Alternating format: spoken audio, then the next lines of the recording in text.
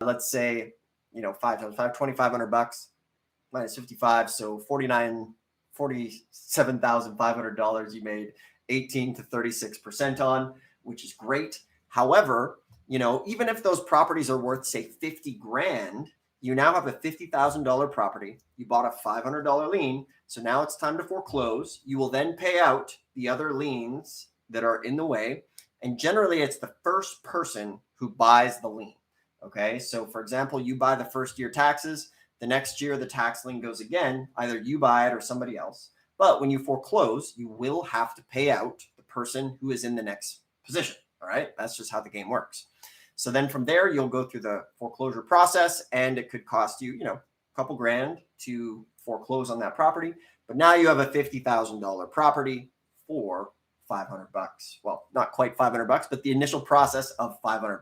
See, I even fell into that loop. So 500 plus paying out the other taxes plus the foreclosure process. So more probably like $2,500 to $3,000 for a $50,000 property.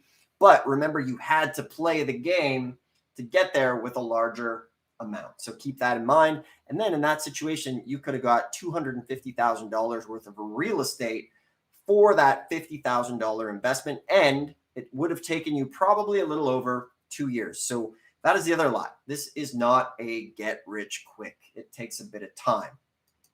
Okay.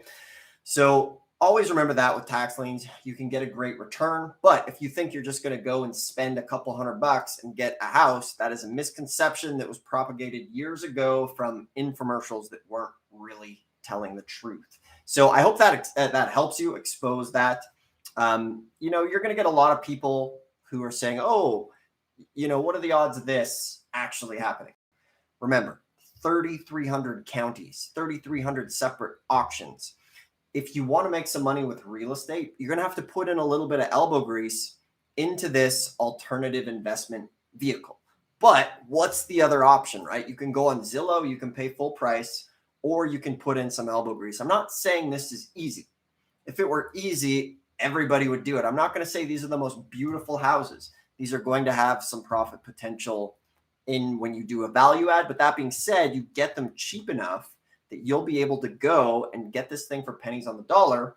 And then you can sell it to a rehabber or a fix and flipper at a great price and turn these things over. And that's what I love about this business. It's very accessible for anybody.